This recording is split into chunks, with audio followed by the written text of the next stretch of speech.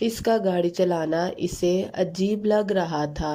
دیکھو یار، ابھی تو 18 سال کا ہونے میں مجھے بھی وقت ہے، اور تم گاڑی چلانا سیکھ رہے ہو، تھوڑا صبر کر لو، یہ عمر ٹھیک نہیں ہے۔ اس نے بڑے ہونے کا فرض نبھاتے ہوئے اسے سمجھانا چاہا۔ تم خود ڈرائیو کرتے ہو اور مجھے منع کر رہے ہو، میں گاڑی چلا لوں گا، اور ویسے بھی میرے ڈیڈ کہتے ہیں کہ اب میں کوئی چھوٹا بچہ نہیں رہا۔ حسین نے لاپرواہی سے کہا، اچھا، اگر تمہارے ڈیڈ کہتے ہیں تو ٹھیک ہی کہتے ہوں گے، مگر ڈرائیور کے بغیر گاڑی چلانا جب تک ٹھیک سے سیکھ نہ جاؤ۔ ریحان نے کہا تو حسین کا موڈ آف ہو گیا۔ تمہیں کیا لگتا ہے میں اکیلے نہیں چلا سکتا؟ اس نے اس کی بات کو غلط معنوں میں لیا۔ نہیں دوست میرا، وہ مطلب نہیں ہے۔ ریحان اس کا موڈ سمجھ چکا تھا کہ اس کا موڈ خراب ہو چکا ہے۔ حسین بیٹا، تم کب آئے؟ زائمہ نے باہر آ کر اسے دیکھا تو خوش ہو گئی۔ بس ابھی آیا تھا ماما، ریحان نے خود ہی جواب دے دیا۔ اچھا ہوا، میں کھانا لگا رہی ہوں، تم بھی آؤ کھانا کھا لو، زائمہ نے محبت سے کہا۔ نہیں آنٹی، میں جا رہا ہوں، پھر کبھی آؤں گا، وہ اس سے کہتا باہر نکل گیا۔ چلے بابا، ڈرائیور نے کہا میں اکیلا جاؤں گا، وہ ضدی انداز میں بولا۔ آئی ایم سوری بابا، سر کا آرڈر ہے کہ آپ کو اکیلے نہ بھیجا جائے۔ یو ایڈیٹ، تم ہوتے کون ہو مجھ سے اس طرح سے بات کرنے والے؟ تم مجھ پر حکم چلاؤ گے؟ وہ غصے سے بولا۔ آئی ایم سوری بابا، لیکن سر کا حکم ہے، میں ان کے خلاف نہیں جا سکتا۔ ڈرائیور نے کہا، میں ڈیڈ کو بولوں گا کہ آج ہی تمہیں فارغ کرے، وہ غصے سے بولا، جبکہ غریب ڈرائیور اپنی نوکری کے لیے پریشان ہو چکا تھا۔ ریحان بھائی، مجھے بڑی والی چاکلیٹ لا کر دے، چھوٹی والی ماما کھا گئی ہیں، وہ منہ بسور کر بولی۔ اس گھر میں اور کوئی نہیں تھا جس پر وہ بیچاری الزام لگاتی۔ حیا، میں تمہیں کتنی بار کہہ چکی ہوں، اب ریحان کو بھائی مت بولا کرو، وہ تمہارا منگیتر ہے، جب تم بڑی ہو جاؤ گی ہم تمہاری اس کے ساتھ شادی کر دیں گے، صوبیہ نے اپنی 8 سالہ بیٹی کو سمجھاتے ہوئے کہا۔ ویسے ہی جیسے میری گڑیا کی شادی ہوتی ہے، وہ معصومیت سے پوچھنے لگی۔ ہاں بالکل ویسے ہی جیسے تمہاری گڑیا کی شادی ہوتی ہے، صوبیہ نے اسے پیار سے سمجھایا۔ جاؤ حیا، باہر جا کے کھیلو، ریحان نے اسے موضوع سے ہٹا کر کہا تو وہ فوراً باہر بھاگ گئی۔ چاچی پلیز حیا کے سامنے اس طرح کی باتیں نہ کیا کریں، اچھا نہیں لگتا، ابھی وہ بہت چھوٹی ہے، ریحان نے کہا۔ نہیں ریحان، حیا کو ابھی سے ہی سب کچھ پتہ ہونا چاہیے، اسے یہ بات پتہ ہونی چاہیے کہ کل کو اس کی تمہارے ساتھ شادی ہونی ہے، تاکہ وہ ابھی سے ہی اس رشتے کو قبول کر لے اور بعد میں کوئی مسئلہ نہ بنے۔ نہیں میری جان، پہلے آپ ٹھیک سے گاڑی چلانا سیکھ تو لو، پھر آپ کے ڈیڈ آپ کو دنیا کی سب سے مہنگی ترین گاڑی لے کر دیں گے جو کسی کے پاس نہیں ہوگی۔ رضوان صاحب نے محبت سے سمجھانے کی کوشش کی۔ نہیں ڈیڈ، میں کہہ رہا ہوں میں گاڑی ڈرائیو کروں گا، اس کی ضد ایک بار پھر سے سر چڑھ کے بول رہی تھی۔ دیکھو بچے، سمجھنے کی کوشش کرو، بس 2 سال کی بات ہے، 2 سال صبر کر لو، پھر تم جب چاہو جہاں چاہو ڈرائیو کر کے جانا، تب تک تم ٹھیک سے گاڑی چلانا سیکھو، پھر تمہارا لائسنس بھی بن جائے گا۔ اپنے ڈیڈ کی بات سن لو پلیز، رضوان صاحب نے منت بھرے لہجے میں کہا۔ تو وہ کچھ بھی نہیں بولا۔ رضوان صاحب کافی دیر اس کے چہرے کو دیکھتے رہے، جس سے وہ اس کی ناراضگی کا اندازہ لگا رہے تھے۔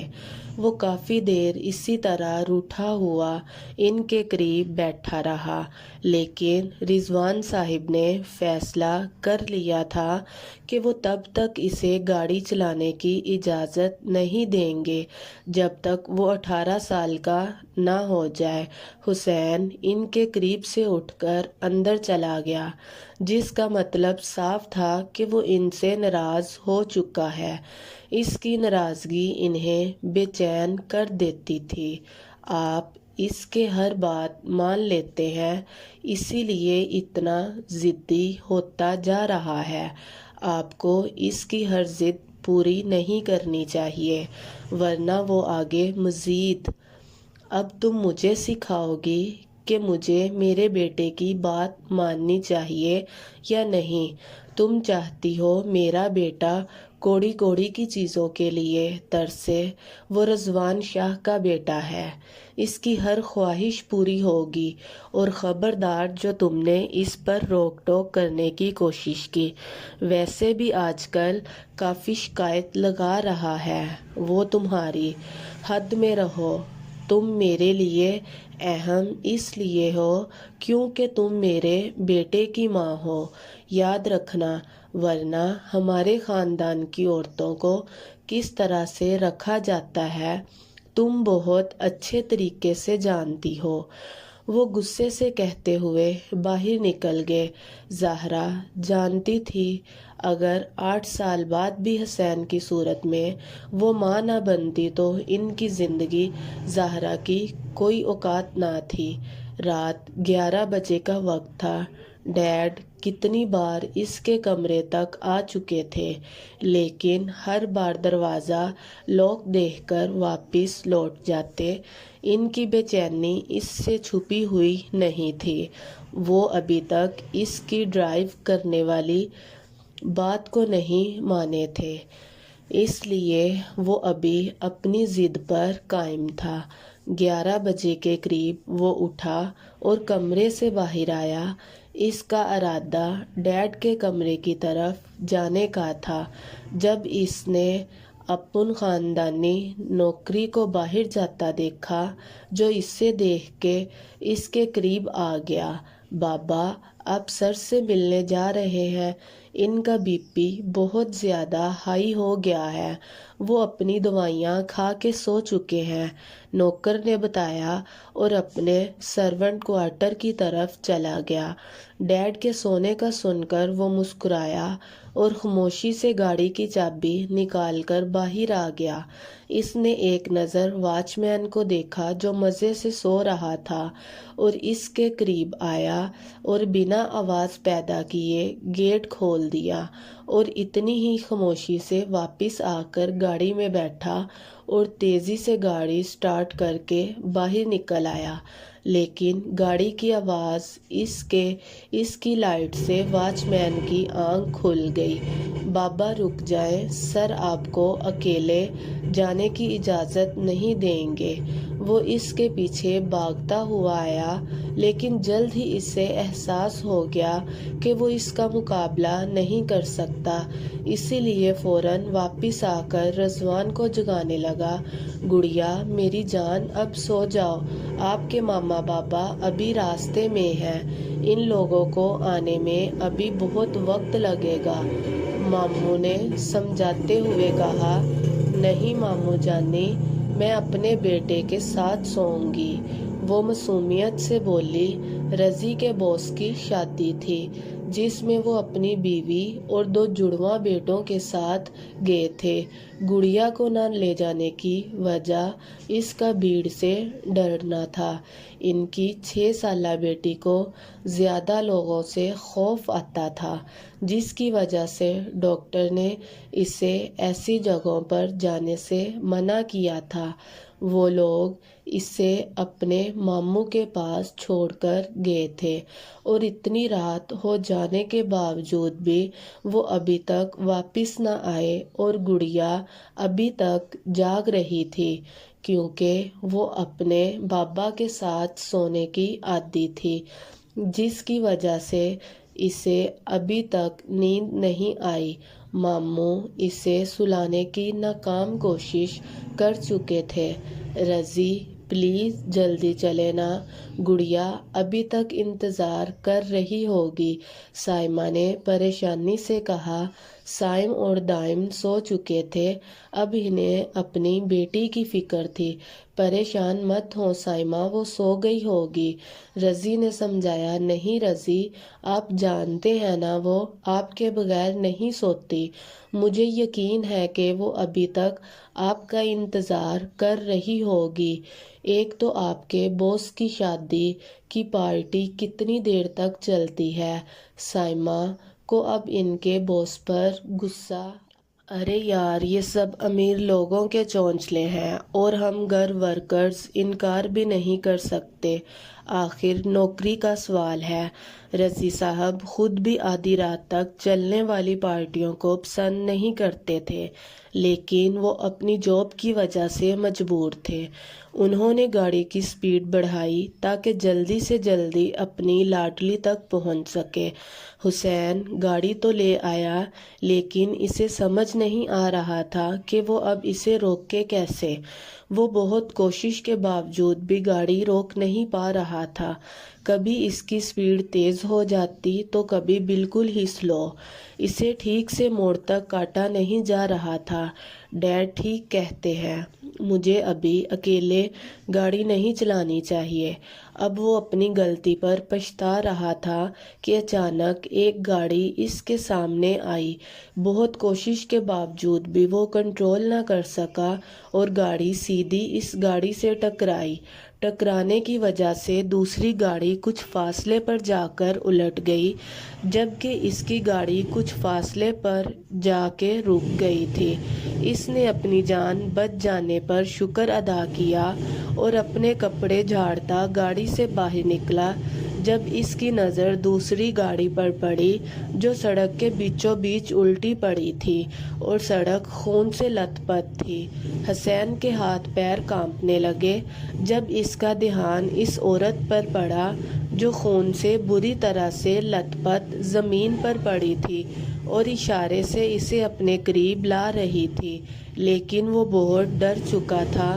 اس کا دل چاہا کہ وہ عورت سے چھپ جائے جو اسے اپنے قریب لا رہی ہے۔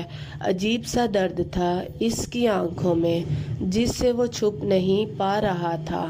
وہ اپنے خوف کو مارتا آگے بڑھا تاکہ اس عورت کی کچھ مدد کر سکے، لیکن وہ جانتا تھا کہ وہ کچھ نہیں کر پائے گا۔ اسے پتا تھا سامنے خون سے لت پت پڑی عورت زندہ نہیں بچ سکتی۔ حسین نے وہاں سے بھاگ جانا چاہا، لیکن وہ چاہ کر بھی بھاگ نہیں سکا اور اس عورت کے پاس چلا آیا۔ ہر طرف خون دیکھ کر اسے خوف آ رہا تھا۔ آئی ایم سوری آنٹی، مجھے معاف کر دیں، وہ روتے ہوئے معافی مانگنے لگا۔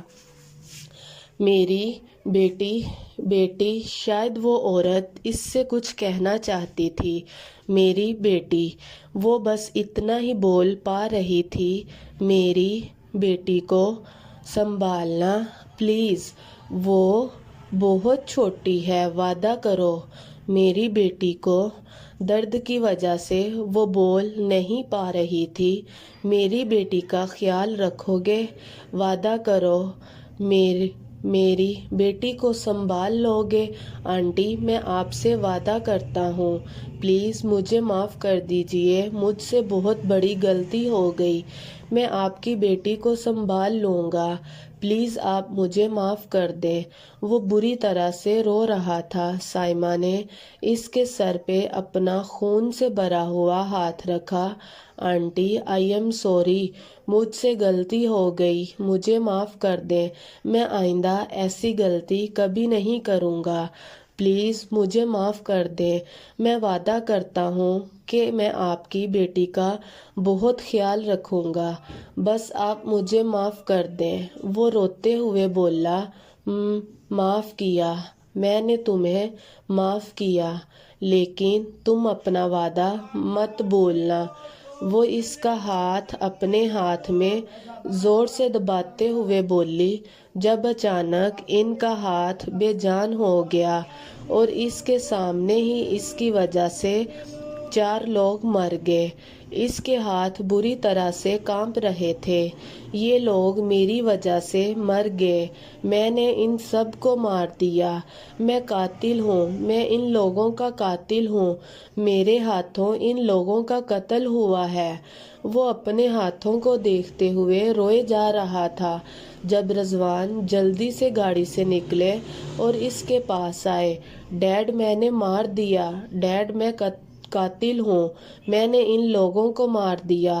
وہ اونچی اونچی آواز میں روتا ہوا بول رہا تھا، نہیں میرے بچے، تم نے کچھ نہیں کیا، تم قاتل نہیں ہو، یہ صرف ایک حادثہ تھا، تم نے کچھ نہیں کیا۔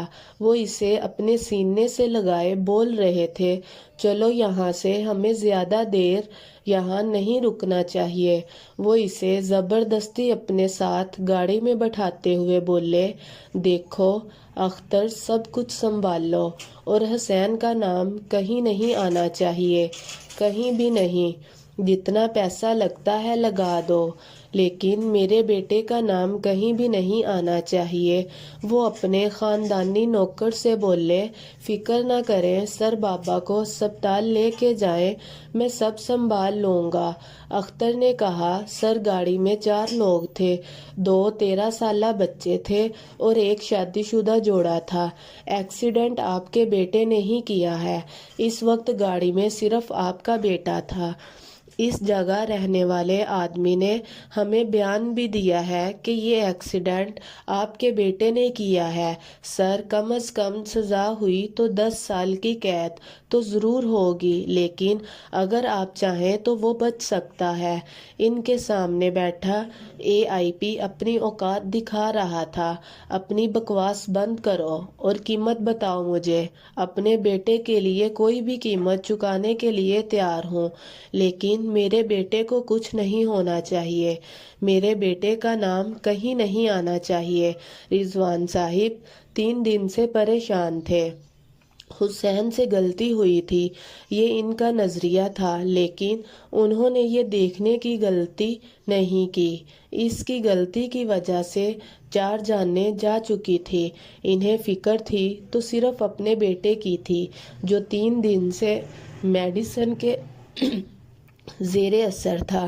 اسے جب بھی وہ ہوش آتا وہ چیخنے چلانے لگتا۔ ڈاکٹر نے اس سے مائیگرین بتایا تھا، جبکہ رضوان صاحب اپنا پیسہ پانی کی طرح بہا رہے تھے تاکہ ان کے بیٹے کو کچھ نہ ہو۔ نہ جانے کتنے ہی سرکاری افیسر کو رشوت دے کر وہ اس کا نام ہٹانے میں کامیاب ہوئے، لیکن حسین کی حالت دن بہ دن بگڑتی جا رہی تھی۔ اس کی حالت دیکھتے ہوئے انہوں نے لندن جانے کا فیصلہ کیا۔ حیا، تم کیا کر رہی ہو؟ ادھر آؤ، میں تمہارے بال ٹھیک سے بناؤں۔ صوبیہ کب سے حیا کے پیچھے بھاگ رہی تھی، لیکن وہ اپنے بال بنوانے کا نام نہیں لے رہی تھی۔ کبھی ادھر جا رہی تھی تو کبھی ادھر۔ صوبیہ کو اس پر غصہ آنے لگا، لیکن وہ ابھی بھی شرارتیں کرتی ادھر سے ادھر جا رہی تھی۔ حیا، اگر اب تم نے میری بات نہیں مانی تو میں 2 ہاتھ لگا دوں گی تمہیں۔ بہت ہو گیا، بہت ضدی ہوتی جا رہی ہو، دن بہ دن کوئی بات نہیں مانتی میری۔ صوبیہ غصے سے بولی، نہیں نہیں نہیں، میرے بال ریحان بنائیں گے، آپ کھینچتی ہو، درد ہوتا ہے۔ ریحان سے درد نہیں ہوتا، وہ اچھے ہیں۔ حیا منہ بناتی اونچی آواز میں کہتی، پھر سے باہر بھاگ گئی۔ سب کام تمہارے ریحان کرے، نوکر لگا ہے نا تمہارا، کبھی تمہیں اسکول چھوڑ کے آئے، کبھی تمہیں گھر لے کے آئے، کبھی تمہارے ساتھ کھیل لے، کبھی تمہارے بال بنائے، آخر کیا کیا کرے وہ بچہ؟ صبح ہوتے گھر سے نکلتا ہے اور آدھی رات کو واپس آتا ہے، جانتی بھی ہو کتنی ذمہ داریاں اس کے سر پہ آ پڑی ہے۔ بولتے بولتے صوبیہ کی آنکھیں نم ہونے لگی۔ اتنی چھوٹی سی عمر میں کتنی خواہشیں ہوتی ہیں بچوں کی، اور ریحان کو کیا کیا نہیں کرنا پڑ رہا تھا۔ خود کو سنبھالو صوبیہ، یہاں ہمیں اپنے بچے کا سہارا بننا ہے، ہمیں اس کی طاقت بننا ہے۔ مت بھولو اسے کتنے لوگوں کا مقابلہ کرنا ہے۔ اگر ہم لوگ ہمت ہار جائیں گے تو وہ لوگ ہم سے جیت جائیں گے۔ اور حیا کی تم فکر مت کرو، ابھی بچی ہے، اس کے مسائل نہیں سمجھ سکتی، اور اس کے بال بھی وہ خود آ کر بنا دے گا۔ تم کھینچتی ہو اس بیچاری کو، درد ہوتا ہے، زائمہ نے مسکرا کر کہا تو وہ بھی مسکرا دی۔ اس کے نخرے صرف وہی برداشت کر سکتا ہے۔ صوبیہ مسکرا کر بولی تھی۔ زائمہ بھی مسکرا دی۔ سر آپ کے بیٹے کو مائیگرین ہے، وہ اس حادثے سے جو اس کے ہاتھوں ہوا ہے نکل نہیں پا رہا۔ اس حادثے سے نکلنے کے لیے اسے بہت سارے وقت کی ضرورت ہے، آپ کے ساتھ کے زیادہ سے زیادہ ضرورت ہے۔ آپ کو اس کے لیے اسپیشل وقت نکالنا ہوگا، آپ کو اسے زیادہ سے زیادہ بیزی رکھنا ہوگا تاکہ آگے پیچھے کے معاملات میں وہ کہیں اس حادثے کو بھول جائے، کیونکہ اس عمر کے حادثات واقعات بچے کبھی نہیں بھولتے۔ یہ کہنا غلط نہیں ہوگا کہ آپ کا بیٹا کوئی بہت چھوٹا بچہ نہیں ہے جو اپنی بچپن کی باتیں بھول جائے گا۔ جو حادثہ اس کے ہاتھوں ہوا ہے وہ اسے کبھی باہر نہیں نکال سکتا، وہ چیز اسے ہمیشہ یاد رہے گی، مگر آپ کو زیادہ سے زیادہ اسے وقت دینا ہوگا، اسے بتانا ہوگا کہ وہ حادثہ اس کی زندگی میں کوئی اہمیت نہیں رکھتا۔ ڈاکٹر نے انہیں تفصیل سے بتایا۔ میری پریاں کہاں ہیں؟ عظیم نے گھر میں قدم رکھتے ہی زور سے سب سے پہلے اپنی لاڈلیوں کو پکارا تو ان کی لاڈلیاں دوڑ کر ان کے سینے سے لگی۔ ان کے 4 بچے ہوئے، 2 بیٹے اور 2 بیٹیاں، لیکن جانے خدا کو کیا منظور تھا کہ بڑی بیٹی رانیہ کے بعد بیٹا آہد 3 سال کا ہوتے ہی بہت بڑی بیماری کا شکار ہو گیا اور پھر کچھ ہی دنوں میں دنیا سے چل بسا۔ اس کے 2 سال بعد ان کے ہاں ایک اور بیٹا پیدا ہوا جو محض 2 ماہ کا تھا اور بیمار ہو گیا، اور اس کا علاج کرواتے کرواتے ایک دن وہ بھی انہیں چھوڑ کر چلا گیا۔ پھر جب ابرش پیدا ہوئی تھی انہیں اس کا بہت زیادہ خیال رکھنا پڑا۔ رانیہ اور ابرش میں 6.5 سال کا فرق تھا، لیکن عظیم صاحب کے لیے ان کی دونوں بیٹیاں ان کی زندگی تھی۔ انہوں نے کبھی اپنے خدا سے اپنے بیٹے چھن جانے کا شکوہ نہ کیا، کیونکہ انہیں خدا نے 2 خوبصورت بیٹیاں دی تھی جو انہیں اپنی جان سے زیادہ عزیز تھی۔ وہ بیٹیوں کے لیے کچھ بھی کر سکتے تھے، ان کے بس میں ہوتا تو شاید ان کے لیے چاند تارے بھی توڑ لاتے۔ گھر آنے کے بعد جب تک وہ ان دونوں کو نہ دیکھ لیں انہیں سکون نہیں ملتا تھا۔ دھنک بیٹا، کب تک بھوکی رہو گی؟ میری جان کھانا کھا لو۔ مامی نے آہستہ سے اس کے قریب بیٹھ کر پیار سے کہا۔ امی، میں بابا کے ہاتھ سے کھاؤں گی۔ مامی پلیز آپ ان سے کہیں کہ وہ واپس آ جائیں، میں ان کو بالکل تنگ نہیں کروں گی۔ وہ 6 سالہ معصوم سی پری اپنے خوبصورت ننھی آنکھوں میں آنسو بھرے معصومیت سے بولے۔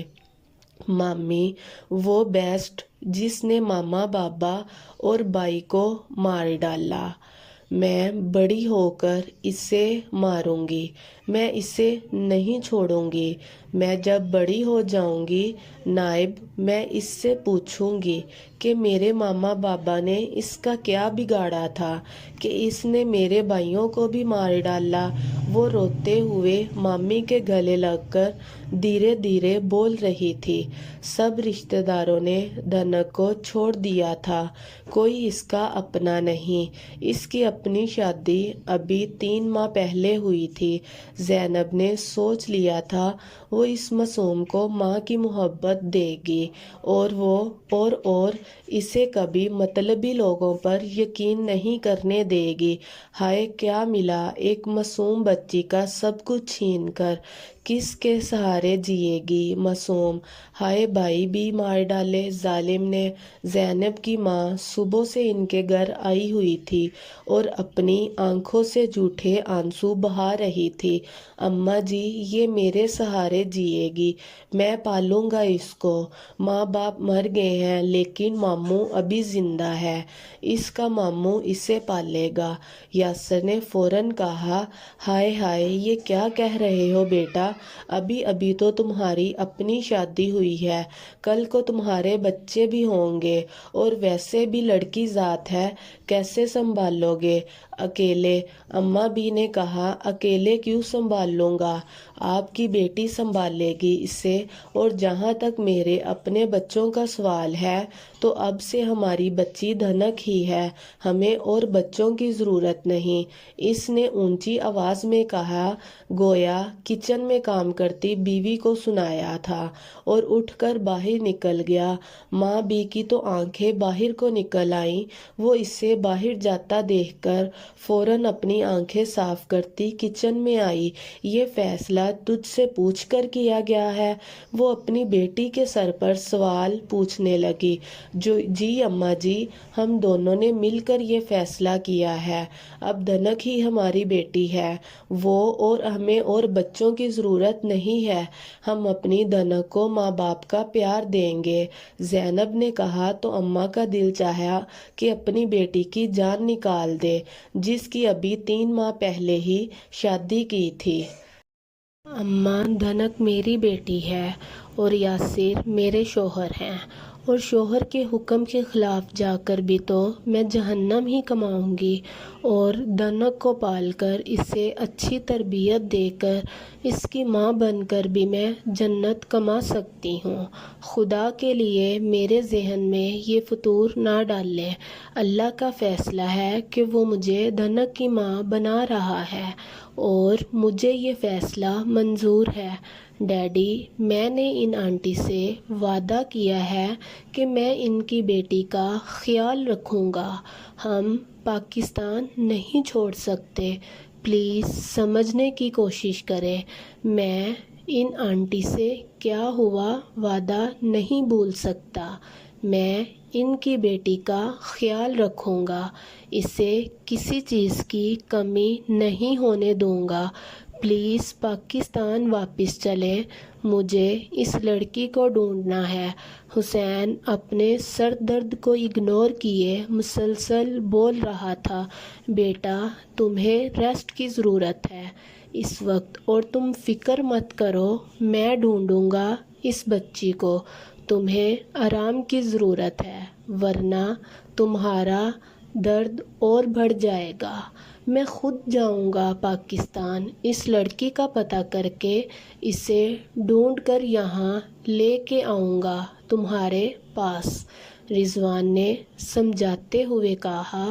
انہوں نے مجھے صرف اسی لیے معاف کیا تھا کیونکہ میں نے ان کی بیٹی کا خیال رکھنے کا پرومس دیا تھا، اگر میں اس کا خیال نہیں رکھوں گا تو وہ آنٹی مجھے معاف نہیں کریں گی، پلیز ڈیڈ واپس چلیں۔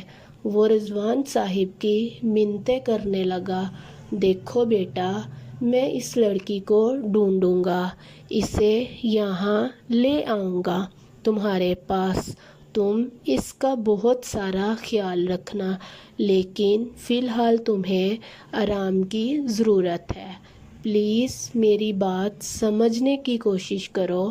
میں نے ان سے لوگوں کا ایڈریس ڈھونڈا ہے لیکن ابھی نہیں مل رہا، وہ لوگ شاید ہمارے شہر کے نہیں تھے، لیکن انہیں ڈھونڈنے کی کوشش کر رہا ہوں، تم آرام کرو، تمہیں آرام کی ضرورت ہے۔ وہ اسے پیار سے سمجھاتے ہوئے جھوٹ بولنے لگے، ڈیڈ آپ اسے لے کے آئیں گے تو پھر میں اس کا بہت سارا خیال رکھوں گا، ان آنٹی سے کیا ہوا وعدہ نبھاؤں گا۔ وہ ان کے گلے لگا بتانے لگا، ہاں میری جان، تم جیسا کہو گے ویسا ہی ہوگا، رضوان صاحب نے سوچتے ہوئے کہا، سر آپ نے بابا سے جھوٹ کیوں بولا کہ آپ نے ان لوگوں کا پتہ کیا ہے، جبکہ سچ تو یہ ہے کہ آپ نے ان لوگوں کے بارے میں کچھ بھی پتہ نہیں کیا۔ اختر نے رضوان صاحب سے پوچھا، کیونکہ میرا دماغ خراب نہیں ہے حسین، ابھی بچہ ہے، صحیح غلط کی پہچان نہیں ہے اسے، وہ نہیں جانتا کہ وہ کتنے برے طریقے سے پھنس سکتا ہے۔ تمہیں کیا لگتا ہے وہ ان لوگوں کے سامنے جائے گا تو وہ کوئی ایکشن نہیں لیں گے؟ ان کو پتہ چل گیا ہے کہ یہ سب کچھ حسین نے کیا ہے تو وہ ضرور اس کے خلاف ایکشن لیں گے اور اسے جیل بھجوانے کی کوشش کریں گے۔ ڈاکٹر نے کہا ہے کہ مجھے اسے ہر طرح کی ٹینشن سے دور رکھنا چاہیے، اسے ٹینشن نہیں دینی چاہیے، اس لیے میں نے یہ جھوٹ بولا ہے۔ اب تب تک حسین پاکستان نہیں جائے گا جب تک اس فیملی کو بھول نہیں جاتا۔ رضوان صاحب نے فیصلہ کرتے ہوئے کہا، ریحان یہ لڑکی میری کوئی بات نہیں سنتی، تم بھی چلے جاؤ گے تو بالکل ہاتھ سے نکل جائے گی۔ صوبیہ نے پریشانی سے کہا، ریحان اسٹڈی کے سلسلے میں لندن جا رہا تھا تو مجھے بھی ریحان کے ساتھ بھیج دے۔ آج صبح سے اس نے کوئی شرارت نہیں کی تھی، بس ایک ہی بات کہی جا رہی تھی کہ ریحان کو اس سے دور نہ بھیجے ورنہ اسے بھی ساتھ بھیجے۔ ریحان آپ وہاں جا کر مجھے بھول تو نہیں جائیں گے نا؟ وہ معصومیت سے منہ بناتی پوچھنے لگی۔ نہیں حیا، میں تمہیں نہیں بلا سکتا، تم تو میری بہت پیاری دوست ہو نا، اور پھر آپ کی مجھ سے شادی بھی تو ہوئی ہے۔ ریحان کی بات کو حیا نے مکمل کیا۔ ریحان نے ایک نظر سامنے بیٹھی صوبیہ اور زائمہ کو دیکھا جو ایک دوسرے کو دیکھ کر مسکرا رہی تھی۔ اتنی سی عمر میں حیا پر ان کی شادی کی بات ظاہر کرنا اسے ٹھیک نہیں لگ رہی تھی۔ ٹھیک تو یہ زائمہ کو بھی نہیں لگی تھی، لیکن صوبیہ چاہتی تھی کہ حیا ہمیشہ اس چیز کے لیے تیار ہے تاکہ آگے جا کر ان کے لیے کوئی مسئلہ نہ ہو۔ بیٹا میں نے ہر جگہ اس لڑکی کو ڈھونڈا لیکن نہ جانے وہ لوگ کہاں چلے گئے ہیں۔ آئی ایم سوری، مجھے وہ لوگ کہیں نہیں مل پا رہے۔ رضوان صاحب 1 مہینے سے پاکستان آئے ہوئے تھے۔ حسین جب بھی میں فون کرتا وہ کسی نہ کسی میٹنگ میں بیزی ہوتے، جبکہ حسین کو وہ یہ کہتے تھے کہ وہ اس لڑکی کو ڈھونڈ رہے ہیں۔ رضوان صاحب نے انہیں ڈھونڈنے کی کوئی کوشش نہ کی تھی، جبکہ حسین کو یہ لگتا تھا کہ اس کا باپ اس کی بہت فکر کرتا ہے اور وہ اس لڑکی کو ڈھونڈ رہا ہے، وہ اس کا وعدہ پورا کرنے میں اس کی پوری مدد کرے گا۔ رضوان صاحب کو لگا تھا کہ کچھ وقت میں حسین لڑکی کو بھول جائے گا، لیکن اب وہ لڑکی بری طرح سے اس کے ذہن پر سوار ہو چکی تھی۔ ہر وقت وہ اسی لڑکی کے بارے میں سوچتا رہتا، وہ اسے بالکل نہیں بھلا رہا تھا۔ اس کی پوری زندگی متاثر ہو چکی تھی۔ وہ جب بھی اس لڑکی کے بارے میں بات کرتا، رضوان صاحب اس کی توجہ کہیں اور کرنے کی کوشش کرتے۔ رضوان صاحب اسے یہ ظاہر کرنے کے لیے کہ وہ اس لڑکی کو ڈھونڈ رہے ہیں، اس لیے اکثر پاکستان کے چکر لگاتے۔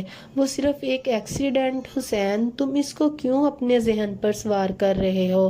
میرے خیال سے تمہیں اس کو بھول جانا چاہیے اور اپنی لائف انجوائے کرنی چاہیے۔ میرے خیال سے تم اس لڑکی کو ڈھونڈ کر بس اپنا ٹائم ویسٹ کر رہے ہو۔ دورک نے اسے سمجھانا چاہا، نہیں دورک، میں صرف اپنا وعدہ نبھانا چاہتا ہوں۔ میں نے آنٹی سے وعدہ کیا تھا کہ وہ ان کی بیٹی کا بہت خیال رکھوں گا۔ میری وجہ سے اس کے ماں باپ، اس کے بھائی مر گئے، نہ جانے کن حالات میں ہوگی، وہ نہ جانے کس حال میں ہوگی۔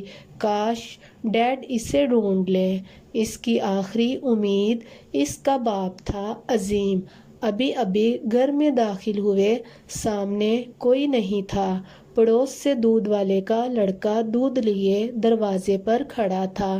اس کے ہاتھ سے دودھ کا ڈبہ لے کر وہ اس سے بھیج کر اندر آئے۔ باہر صحن میں چارپائی پر بیٹھ کر کسی کے باہر نکلنے کا انتظار کرنے لگے۔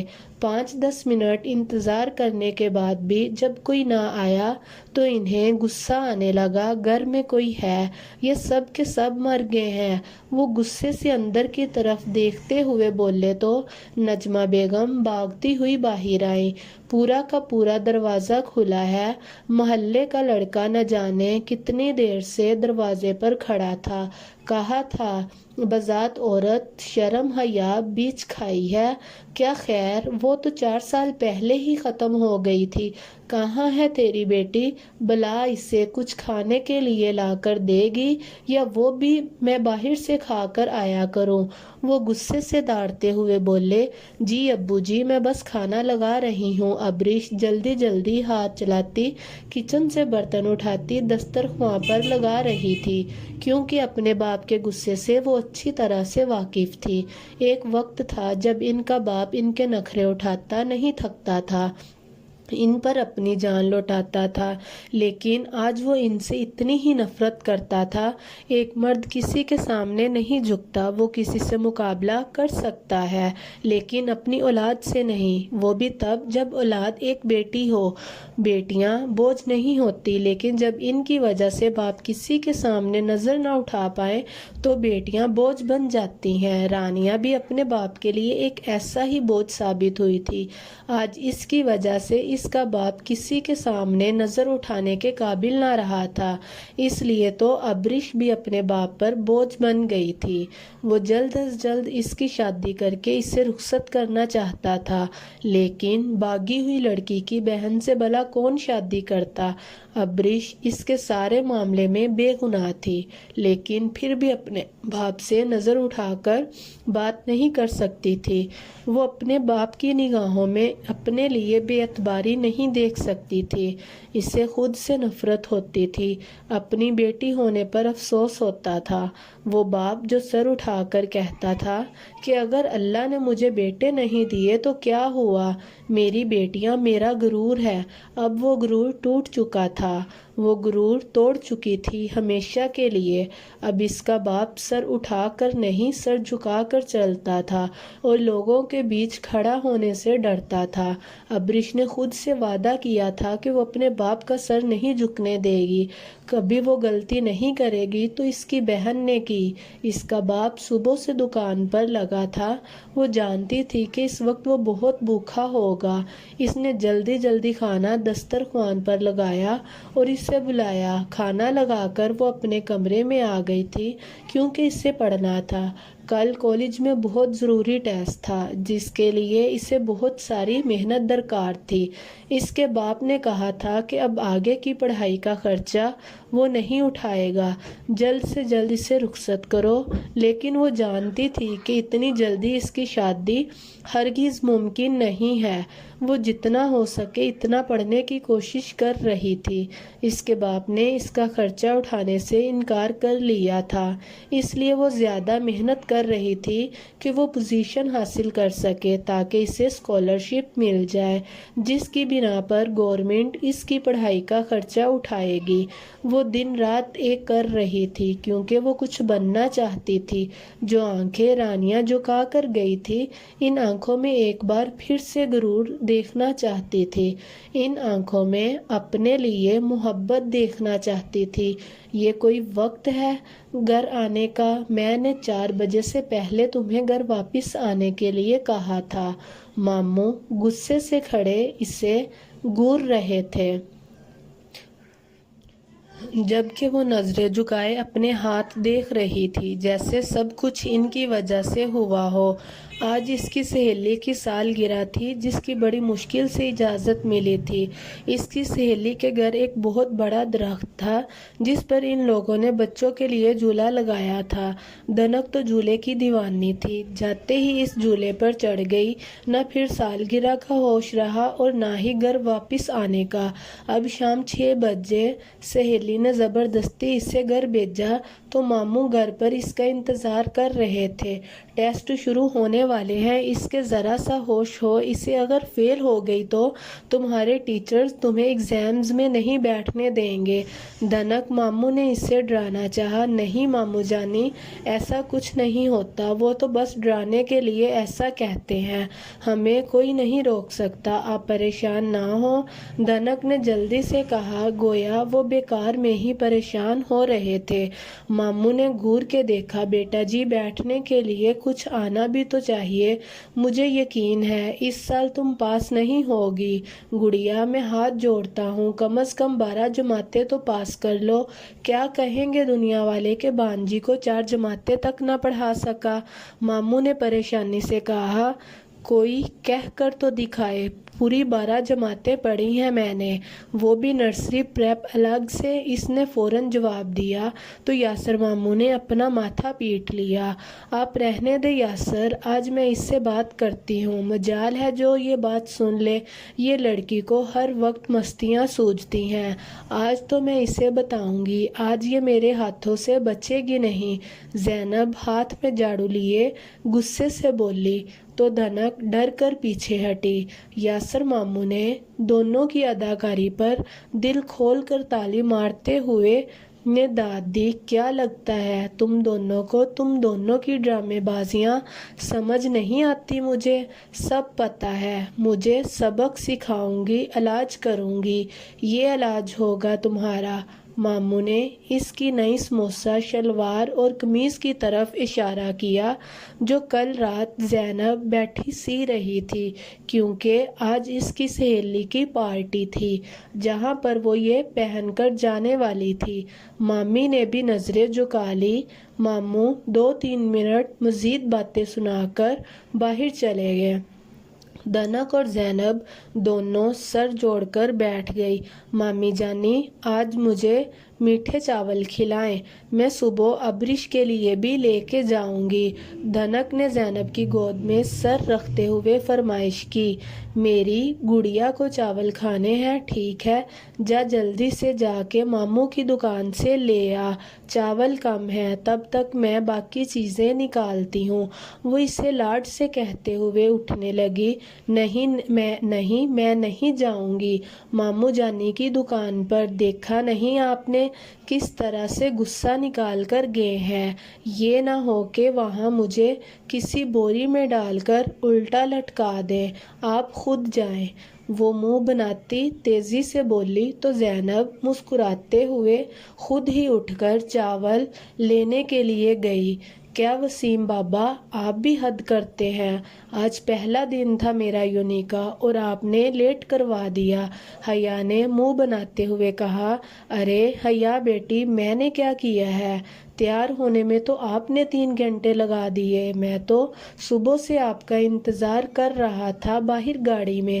وسیم بابا جلدی سے بولے، وہ ان کے ڈرائیور تھے اور حیا تو انہی کی گود میں کھیل کر بڑی ہوئی تھی۔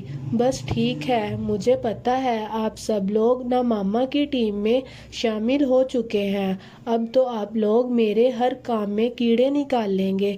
ایک بار میرا بیسٹ فرینڈ ریحان عالم گھر واپس آ جائے، پھر دیکھیے گا سب کی بولتی نہ بند کرا دی تو میرا نام بھی حیا نہیں۔ دیکھا، اب مجھے باتوں میں لگا کر آپ تو میری کلاس بھی مس کروانا چاہتے ہیں۔ جا رہی ہوں میں یہاں سے۔ وہ پاؤں پیچ کر وہاں سے نکلی تو بابا نے خدا کا شکر ادا کیا کہ مصیبت ٹل گئی۔ وہ کتابوں سے بھرا ہوا بیگ اور ہاتھوں میں بڑا سا رجسٹر لیے ایک طرف فون کو سنبھالتی تو کبھی اپنا بیگ، جب آ کر کسی سے ٹکرائی، سنبھل کر چلو لڑکی، کیا کر رہی ہو تم؟ سامنے ایک لڑکا کھڑا تھا، بلو جینز پر ریڈ ہاف سلیو شرٹ پہنے، بالوں کو جل سے اوپر کی طرف کیے، آنکھوں پر کالا چشمہ، شاید دھوپ سے بچنے کے لیے لگایا ہو یا شاید سٹائل مارنے کے لیے۔ وہ کافی ہینڈسم لگ رہا تھا۔ آئی ایم سوری، میں نے دھیان نہیں دیا۔ حیا نے معذرت کی، کوئی بات نہیں، آج یونی میں تمہارا فرسٹ ڈے ہے نا؟ اس نے یقین سے کہا، تمہیں کیسے پتا؟ اس یونی میں ہزاروں کی تعداد میں اسٹوڈنٹ تھے، کسی کو یاد رکھنا اتنا بھی آسان نہ تھا جتنے یقین سے وہ کہہ رہا تھا۔ اب اتنی کتابیں رجسٹر صرف اسٹوڈنٹ پہلے دن ہی لاتے ہیں۔ اس نے مسکراتے ہوئے کہا، واقعی ہی یہ بات سچ تھی۔ حیا جب سے یونیورسٹی آئی تھی اس نے یہ بات بہت نوٹ کی۔ جس طرح سے اس نے کتابوں میں بڑا بیگ اٹھا رکھا تھا اس کے جیسے چند ایک اسٹوڈنٹ ہی تھے۔ کون سی کلاس میں ہو تم اور تمہاری ہیلپ کر دوں؟ سامنے کھڑا لڑکا اتنا اچھا لگ تو نہیں رہا تھا جتنا کہ وہ بن رہا تھا۔ نہیں، ضرورت نہیں ہے، میں خود ہینڈل کر لوں گی۔ اسے لگا کہ شاید وہ اس کا مذاق بنانے یا اس کی رینک کرنے کے لیے اس کو ہیلپ کی آفر کر رہا ہے، کیونکہ یہاں آنے سے پہلے وہ اس یونیورسٹی کے بارے میں بہت کچھ جان چکی تھی۔ دیکھو لڑکی، وسیع حیدر ہر کسی کو یہ آفر نہیں کرتا۔ تم خوش قسمت ہو کہ تم مجھ سے ٹکرائی ہو۔ اگر کسی اور سے ٹکراتی تو یقین کرو اس وقت تک تمہاری درگت بن چکی ہوتی۔ خیر، تمہیں اگر مجھ پر یقین نہیں ہے تو کوئی بات نہیں۔ تمہیں دیکھ کر لگتا ہے تم فرسٹ ایئر کی ہی اسٹوڈنٹ ہوگی، اس لیے سیکنڈ فلور پر تھرڈ کلاس میں جانا اور کہیں بھی جانے یا کسی سے پوچھنے کی ضرورت نہیں ہے، میں تمہیں وہیں ملوں گا۔ فی الحال مجھے کینٹین جانا ہے کیونکہ میں نے ناشتہ نہیں کیا اور مجھے بہت بھوک لگی ہے۔ اگر تم چاہو تو میرے ساتھ آ سکتی ہو۔ نہیں، مجھے نہیں آنا، تھینک یو سو مچ، حیا نے منہ بنا کر کہا اور وہاں سے نکل گئی، جبکہ وسیع اسے جاتا دیکھ کر مسکرا دیا۔ عجیب آدمی ہے، ایٹیٹیوڈ دیکھو بندے کا، خوش قسمت ہو تم سے جو مجھ سے ٹکرائی۔ حیا نے منہ بنا کر اس کی نقل کی۔ ریلیکس حیا، اب تو یونی آئی ہے تو ایسے نمونوں سے تیرا سامنا ہوگا۔ وہ بڑبڑاتے ہوئے اپنے کلاس کی طرف جانے لگی۔ ویسے جو بھی تھا بندے نے ایڈریس بالکل صحیح بتایا تھا۔ حیا سوچ کر کلاس میں انٹر ہوئی۔ اسے یہاں صرف 2 ماہ ہی رہنا تھا کیونکہ 2 ماہ بعد اس کی شادی تھی۔ اس نے اپنی شادی سے پہلے یہ خواہش کی تھی کہ اس یونی میں جانا ہے اور ریحان اس کی کوئی بھی خواہش کو ادھورا نہیں چھوڑنا چاہتا تھا۔ وہ کراچی میں بزنس کرتا تھا۔ حیا نے آج تک اپنی زندگی میں صرف 3 ہی مردوں کو جانا تھا، ایک اس کے بابا، ایک اس کے تایا بابا اور ریحان۔ وہ صرف چند سال کی تھی جب اس کے بابا اور اس کے تایا بابا کا انتقال ہو گیا۔ اس کے بعد وہ صرف ریحان کو ہی جانتی تھی۔ ہاں، ریحان، اس کا Hitler best friend, cousin plus منگیتر۔ ریحان کہنے کو اس کا بچپن کا منگیتر تھا، لیکن آج تک اس نے اخلاق سے گری ہوئی حرکت یا کبھی کوئی ایسی بات نہ کی جس سے حیا کے ذہن میں اس کو لے کر الٹی سیدھی سوچ آئے۔ وہ اپنے جذبات اپنے دل تک رکھتا تھا۔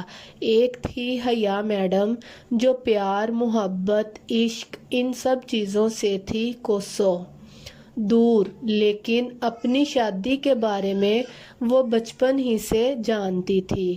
اس کی ماں نے اسے بچپن میں ہی بتایا تھا، چاہے جو بھی ہو جائے تمہاری شادی ریحان سے ہی ہوگی، اس بات کے لیے تو ہمیشہ تیار رہو۔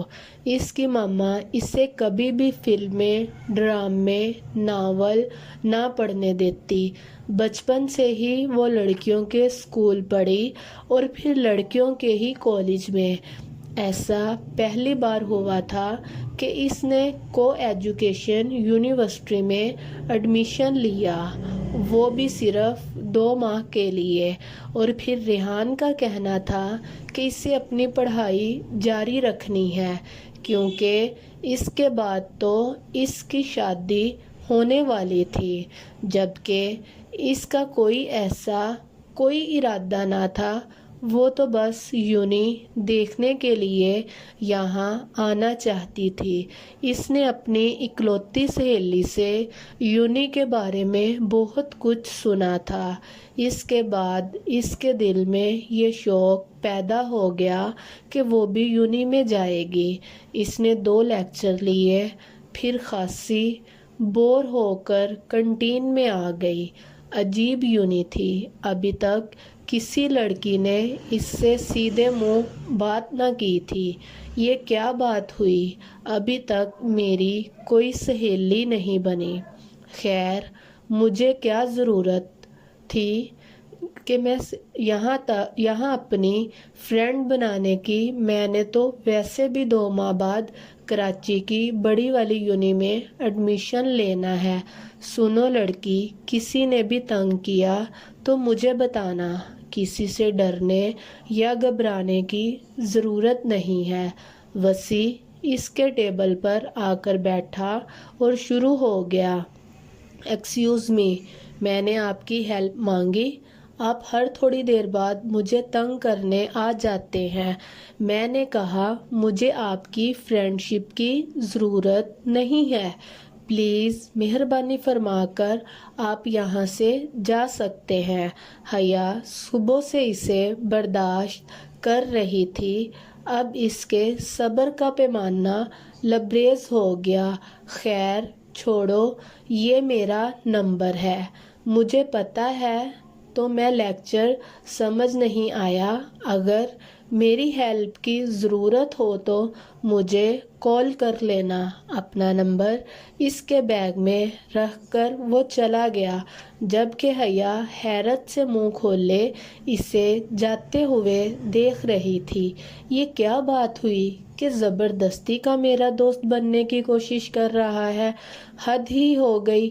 وہ ابھی تک انہی سوچوں میں تھی جب اس کا موبائل بجا۔ یہ موبائل بھی اسے چند دن پہلے ہی ریحان کی طرف سے ملا تھا۔ ریحان کا نمبر دیکھ کر وہ مسکرائی۔ السلام علیکم ہٹلر، کیسے ہیں آپ؟ میں آپ کو بہت مس کر رہی تھی۔ حیا فون اٹھاتے ہی شروع ہو گئی۔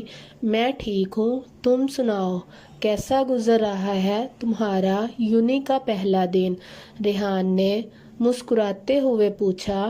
بہت بورنگ، ابھی تک میری ایک بھی سہیلی نہیں بنی تھی۔ میں نے سوچا اس میں پریشان ہونے والی کیا بات ہے، ویسے بھی تو شادی کے بعد کراچی چلی جاؤں گی تو وہیں پہ بہت ساری سہیلیاں بناؤں گی۔ وہ اتنی آسانی سے اپنی شادی کی بات کرتی تھی جیسے شادی نہیں بلکہ پکنک منانے جا رہی ہو۔ ریحان کو اس کی یہی ساری باتیں پہلے عجیب لگتی تھی، لیکن اب اچھی لگنے لگی، اور اب کچھ ہی مہینوں میں وہ ہمیشہ کے لیے اس کی ہونے والی تھی۔ ایک صاف ستھرے ذہن کے ساتھ ریحان نے آج تک اس کے ساتھ کوئی ذومعنی بات نہیں کی تھی، کیونکہ وہ چاہتا تھا کہ شادی کے بعد وہ اسے محبت کا مطلب سمجھائے۔ وہ اسے بتائے کہ بچپن سے لے کر ہر دن کے ساتھ اس کی محبت بڑھتی چلی گئی ہے۔ حیا صرف اس کی ہے اور بہت جلدی صرف اور صرف اس کی ہونے والی ہے۔ وہ گہری نیند میں تھا جب اس کا فون بجا۔ اس نے ایک نظر اپنے ساتھ سوئی ہوئی حسین لڑکی پر ڈال لی۔ اس کا دل اچانک خراب ہونے لگا۔ او ہیلو، میں نے تم سے کہا تھا میرے جاگنے سے پہلے یہاں سے دفع ہو جانا، مگر تم تو یہیں پڑی ہو۔ چلو اٹھو، نکلو یہاں سے۔ وہ غصے سے داڑا تھا۔ ڈارلنگ، تم نے تو کہا تھا صبح جانا، لیکن ابھی تو صبح ہوئی ہی نہیں ہے، ابھی تو جسٹ رات ہے۔ لڑکی اس کی گردن کے گرد باہیں پھیلاتی ہوئی بولی تھی۔ جب ڈورک نے ایک ہی جھٹکے سے اسے دھکا دیا اور وہ زمین پر جاری نشہ اترنے کے بعد اسے کوئی حسین دوشیزہ اچھی نہیں لگتی تھی۔ Your time is over now. اب اس کا دھیان اپنے آنے والی فون کال پر تھا۔ بیبی، رات کو تو تم بہت خوش تھے میرے ساتھ۔ سامنے کھڑی لڑکی کو اپنی توہین برداشت نہ ہوئی، لیکن اس امیر بندے کے سامنے کچھ بول کر وہ اس کا اور اپنا ریلیشن خراب نہیں کر سکتی تھی۔ رات کو پیسے میں نے تمہارے منہ پر مارے تھے، اب اور کیا چاہتی ہو مجھ سے؟ اپنے دی گئی رقم میں وصول کر چکا ہوں، اب تم اٹھو اور یہاں سے دفع ہو جاؤ۔ اس کا مطلب تم نے مجھے یوز کیا، تم بھی باقی مردوں جیسے ہو۔ لڑکی صدمے سے بولی تو دردک کے لبوں پر مسکان آ گئی۔ تم میرے پیسے سے جو کھیل کھیل کر ہار رہی تھی، تب یاد نہیں آیا کہ تم مجھے یوز کر رہی ہو؟ کل مہنگی سے مہنگی چیز تم نے شاپنگ کرتے ہوئے خریدی، تب یاد نہیں آیا کہ تم مجھے یوز کر رہی ہو؟ اور پھر تم منہ اٹھا کر میرے ساتھ چلی آئی۔ میں نے ایک بار بھی کہا کہ میرے ساتھ آؤ؟ میں نے جو پیسے دیے تھے اس کی وصولی میں کر چکا ہوں، اب نکلو یہاں سے۔ ڈورک اسے جواب دے کر اپنے آنے والے فون کال کی طرف متوجہ ہو گیا۔ السلام علیکم آنٹی، آپ نے اتنی رات گئے فون کیا، سب کچھ ٹھیک تو ہے؟ اس نے سامنے دیوار پر لگی گھڑی کی طرف ٹائم دیکھا جو رات کے 2:30 بجا رہی تھی۔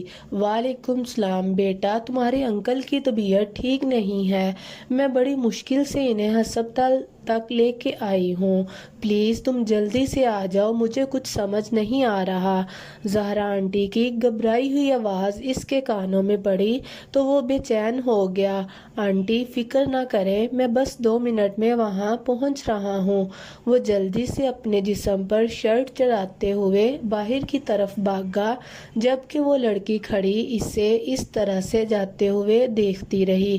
میں تمہاری بہت شکر گزار ہوں بیٹا، اگر آج تم نہ ہوتے تو نہ جانے میں یہ سب کچھ اکیلے کیسے ہینڈل کرتی۔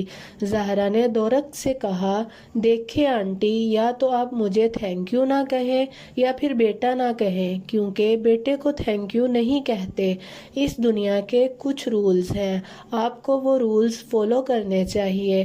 دورک نے ان کے ہاتھ میں کافی کپ تھماتے ہوئے کہا، اچھا بابا نہیں بولتی تھینک یو، اگر آج تم نہیں ہوتے تو نہ جانے کیا ہوتا۔ حسین نے جیسے قسم کھائی ہے کبھی واپس نہیں آئے گا، 6 مہینے ہو چکے ہیں اس کی شکل تک نہیں دیکھی۔ اپنے بیٹے کو یاد کرتے ہوئے زہرا کی آنکھوں میں نمی اتر آئی۔ آنٹی پلیز آپ نہ روئیں اور آپ بالکل فکر نہ کریں، میں ہوں نا، اور جہاں تک اس حسین کی بات ہے وہ خود آج اسے فون کر کے اچھا خاصا سناؤں گا۔ بہت غیر ذمہ دار آدمی ہے، اپنی ذمہ داری کا احساس ہی نہیں، اسے تو میں سیدھا کروں گا، لیکن پلیز آپ اداس نہ ہوں، آپ جانتی ہیں نا آپ کو اداس دیکھ کر میرا سارا دن خراب گزرتا ہے۔ دورک نے ان کے آنسو صاف کرتے ہوئے بولا تھا۔ زہرا مسکرا دی۔ اس کے ماں باپ نے لو میرج کی تھی، پھر دورک کی پیدائش کے بعد دونوں میں علیحدگی ہو گئی۔ باپ نے گورنمنٹ کی طرف سے ملنے والے پیسے کے لیے اسے اپنے پاس رکھ لیا، جبکہ اس کی ماں برٹش تھی، اسے آزادی چاہیے تھی، اسے نہ شوہر سے مطلب تھا اور نہ ہی بیٹے سے۔ دورک نے کچھ عرصہ پہلے حسین کے ساتھ مل کر بزنس سٹارٹ کیا، اس کے پاس جتنا بھی پیسہ تھا اتنا ہی وہ عیاش طبیعت کا تھا۔ اس کا کہنا تھا کہ وہ پیسہ اپنے لیے کماتا ہے۔ جب سے اس نے اپنا کاروبار شروع کیا تھا، اس کا باپ بھی اس کے ساتھ نرمی سے پیش آنے لگا، بلکہ یہ کہنا صحیح ہوگا کہ اس کی دولت کی لالچ میں اس شخص کو یہ یاد آ گیا کہ دورک اس کا بیٹا ہے۔ دورک حسین کے ساتھ مل کر پاکستان میں ایک کمپنی لانچ کرنے والا تھا، تم بھی اب شادی کر لو، کب تک ایسے ہی اکیلے رہو گے؟ زہرا نے اس کو دیکھتے ہوئے کہا۔ وہ بے شک حسین ترین مردوں میں سے ایک تھا۔ آنٹی، پہلے آپ اپنے حسین کی شادی کروائیں اور پھر میرے لیے کوئی لڑکی ڈھونڈیں۔ نہ تو وہ نکما خود شادی کرے گا اور نہ ہی میری ہونے دے گا، دورک نے مزاحیہ انداز میں کہا۔ تم تو جانتے ہو نا، حسین تب تک شادی نہیں کرے گا جب تک اسے وہ لڑکی نہیں مل جاتی۔ وہ اپنی زندگی کو ایک ہی جگہ روکے ہوئے ہے۔ ہم نے ہر ممکن کوشش کی کہ ہم اس لڑکی کو اس کے ذہن سے نکال دیں، لیکن یہ ناممکن ہے۔ حسین اپنے بچپن میں کی گئی اس غلطی کو کبھی نہیں بھولے گا اور نہ ہی اپنی زندگی کے بارے میں آگے کچھ سوچے گا۔ زہرا نے نا امیدی سے کہا، ابھی میری تو بس ایک ہی دعا ہے کہ کوئی لڑکی اس سے ملے اور وہ اس لڑکی کو بھول جائے۔ صرف ایک غلطی کی وجہ سے وہ اپنی زندگی برباد کر رہا ہے، جبکہ وہ آنٹی اسے معاف بھی کر چکی تھی۔ دورک نے کہا، آپ پتہ ہے کیا کریں؟ اس کے لیے کچھ اچھی سی لڑکی ڈھونڈے، شادی کی ذمہ داری میری، زبردستی دلہا بنا دوں گا اور پھر میرے لیے بھی کوئی ڈھونڈ لیجئے گا۔ میرا مطلب ہے اسے راستے سے ہٹانے کے بعد میں میری باری۔ دورک نے مسکراتے ہوئے شرارتی انداز میں کہا۔ زہرا مسکرا دی۔ وہ ایسا ہی تھا، سب کو خوش رکھنے والا۔ یہ دال بنائی ہے تم نے، نمک ہے نہ ذائقہ، یہ سلیقہ سکھایا ہے تم نے اپنی بیٹیوں کو؟ عظیم غصے سے نجمہ سے کہنے لگے۔ ابو، کل میں نے آپ کو بتایا تھا گھر میں سودا ختم ہونے والا ہے، گھر میں جو کچھ تھا اس میں اتنا ہی بنا سکتی ہوں۔ اور اس نے نظریں جھکا کر کہا۔ وہ ابھی کالج سے آئی تھی اور یونیفارم پہنے پہلے باپ کے لیے کھانا بنا رہی تھی۔ تو نے بھی ابھی تک یہ کالج کے کپڑے کیوں نہیں اتارے؟ ابھی آئی ہے کیا؟ انہوں نے غصے سے پوچھا۔ جی ابو، تھوڑی دیر پہلے آئی ہوں، ابریش نے جواب دیا۔ چھٹی تو تجھے 2 بجے ہی ہو جاتی ہے، اس وقت 2:45 بج رہے ہیں، کہاں منہ مار رہی تھی؟ تو ابو غصے سے بولے۔ ابو، آج ایکسٹرا کلاس تھی کالج میں اور اس کے بعد آتے ہی آپ کے لیے کھانا بنانے لگی۔ بس احسان جتانے کی ضرورت نہیں ہے کہ میرے لیے کھانا بنا رہی تھی۔ اچھے سے جانتا ہوں کیا کرتی پھرتی ہو تم سب، بیوقوف سمجھ کے رکھا ہے کیا؟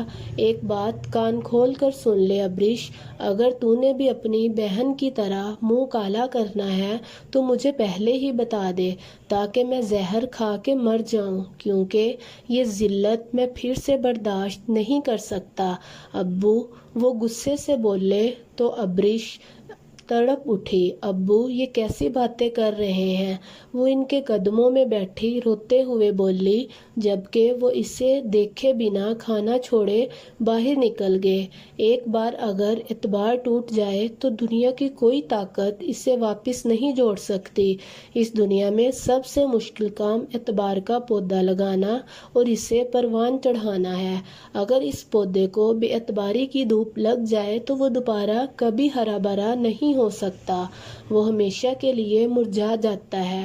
اور عظیم کے اعتبار کا پودا رانیہ جڑ سے اکھاڑ گئی تھی۔ اب ابریش چاہے کتنی بھی محنت کیوں نہ کر لے، اب وہ پودا دوبارہ نہیں لگا سکتی تھی۔ مامی، مجھے گول گپے کھانے ہیں، پیسے دیں مجھے، اس نے ٹیفن تھامتے ہوئے کہا۔ جی نہیں بیٹا، آپ نے کوئی گول گپے نہیں کھانے، رات بھر کھانچ کھانچ کر آپ کو سکون نہیں ملا؟ موم نے صاف انکار کرتے ہوئے کہا۔ اس طرح تو نہ کہیں نہ دیں، نہیں تو میں راستے سے ماموں سے لوں گی۔ وہ زینب کی بات کو اگنور کرتے ہوئے بولی، میں انہیں پہلے ہی منع کر چکی ہوں، وہ تمہیں کچھ نہیں دیں گے، اس لیے بیکار کی محنت مت کرنا، صبح صبح ہی ماموں کے ہاتھوں اپنی عزت افزائی کروا لو گی۔ مامی نے پرسکون انداز میں کہا۔ کوئی پیار نہیں کرتا مجھے اس گھر میں، کیسے ظالم لوگوں کے بیچ پیدا ہو گئی ہوں میں، گول گپے تک کھانے کے پیسے نہیں دیتا کوئی مجھے اس گھر میں۔ مجھے تو اپنی پیدائش پر افسوس ہے، یا اللہ، اگر مجھے پیدا کرنا ہی تھا تو کسی ایسے گھر میں کرتا جہاں میری تھوڑی سی قدر ہوتی۔ اونچی اونچی آواز میں کچن میں کام کرتی مامی کو سناتی باہر کی طرف جا رہی تھی۔ سوچ رہی ہوں اپنی جاب ہی کر لوں، کم از کم اور کچھ نہیں تو گول گپے تو کھا سکوں گی۔ بالکل جاب کر لو، لیکن دے گا کون؟ یہ بتاتی جانا، مامی نے کچن سے پکارا۔ ارے کوئی تو دے ہی دے گا، کوئی تو ہوگا جسے مجھ میں کوئی قابلیت نظر آتی ہو، ورنہ آپ کو تو میں نکمی ہی لگتی ہوں۔ وہ بھی انہی کی طرح اونچی آواز میں بولی، بیٹا تم نکمی لگتی نہیں ہو، تم نکمی ہو، اب نکلو دیر ہو رہی ہے۔ مامی پیچھے سے جھاڑو اٹھاتی اس کے پیچھے آئی تھی۔ جب وہ اپنی درگت بنتی نظر آتی باہر کی طرف بھاگ گئی۔ اپنے ٹفن میں جھانک کر دیکھا کیا بنا ہے، دال چاول، یہ ابریش کھائے گی اور اس کے پیسوں سے میں گول گپے کھاؤں گی۔ پلاننگ کرتے کرتے وین پر چڑھ گئی۔ نہیں نہیں تابش صاحب، یہ تو بہت خوشی کی بات ہے کہ ہمارے کالج کی لڑکیاں آپ کے آفس میں کام کریں گی۔ آپ کی کمپنی تو ابھی سے ہی بڑے ناموں میں شامل ہو رہی ہے۔ میں لاسٹ ایئر کی اسٹوڈنٹ سے بات کرتا ہوں۔ پرنسپل نے خوشی سے کہا، ٹھیک ہے آپ اسٹوڈنٹس سے بات کر لیں، لیکن ایک بات میں آپ کو کلیئرلی کہنا چاہوں گا کہ صرف ان لڑکیوں کے لیے جاب ہے جو قابل ہیں۔ دیکھیں مجھے وہ غریب غربا ٹائپ لڑکیاں نہیں چاہیے جو کام سے زیادہ اپنی غربت پر روتی ہیں۔ مجھے ایسی لڑکیاں چاہیے جو ایمانداری سے کام کرے اور کسی قسم کی شکایت کا موقع نہ دے۔ اگر میں چاہتا تو کسی بڑے سے بڑے کالج میں جا کر بھی اس جاب کی آفر کر سکتا تھا، لیکن میں یہاں صرف اس لیے آیا ہوں کہ آپ کے کالج میں وہ لوگ پڑھتے ہیں جنہیں بہت مشکل سے پڑھایا جا رہا ہے۔ اکثر امیر لوگوں کی وجہ سے ایسے لوگوں کو اگنور کیا جاتا ہے، لیکن میں چاہتا ہوں کہ پہلا موقع لوگوں کو دیا جائے اور مجھے یقین ہے کہ یہ لوگ اچھی ورکر ثابت ہوں گے۔ انشاءاللہ پھر ملاقات ہوگی۔ تابش نے اٹھتے ہوئے پرنسپل سے ہاتھ ملایا، جبکہ پرنسپل کے چہرے کی خوشی دیکھ کر تابش کو یقین ہو گیا تھا کہ وہ غلط جگہ نہیں آیا۔ تابش پرنسپل سے مل کر ابھی باہر آیا جب اچانک ایک لڑکی بری طرح سے اس سے ٹکرائی۔ لڑکی کے ہاتھ میں موجود چاٹ کی پلیٹ اس کی وائٹ نیو برانڈڈ شرٹ کا بیڑا غرق کر گئی۔ اس نے غصے سے ایک نظر اپنی شرٹ کو دیکھا اور پھر سامنے کھڑی لڑکی کو۔ آپ کو مینرز نہیں ہے؟ میری 60 روپے کی سموسہ چاٹ کھا گئے آپ، وہ غصے سے گھونٹتے ہوئے بولی، جبکہ تابش ایک لفظ بھی نہ بول پایا۔ آپ کے ماما بابا نے آپ کو سکھایا نہیں کہ اس طرح سے کسی سے ٹکراتے بری بات ہوتی ہے؟ بھوکے کہیں کے! اگر اتنا ہی چاٹ کھانے کا دل کر رہا تھا، جلنے کی کیا ضرورت ہے؟ وہاں سے جا کے خود لے لیتے یا مجھ سے مانگ لیتے، میں شیئر کر لیتی۔ گرانے کی کیا ضرورت تھی؟ شکریہ۔ میری نیکسٹ ویڈیو دیکھنے کے لیے اینی اردو ناول چینل کو لائک اور سبسکرائب کریں۔ اپنا بہت خیال رکھیں۔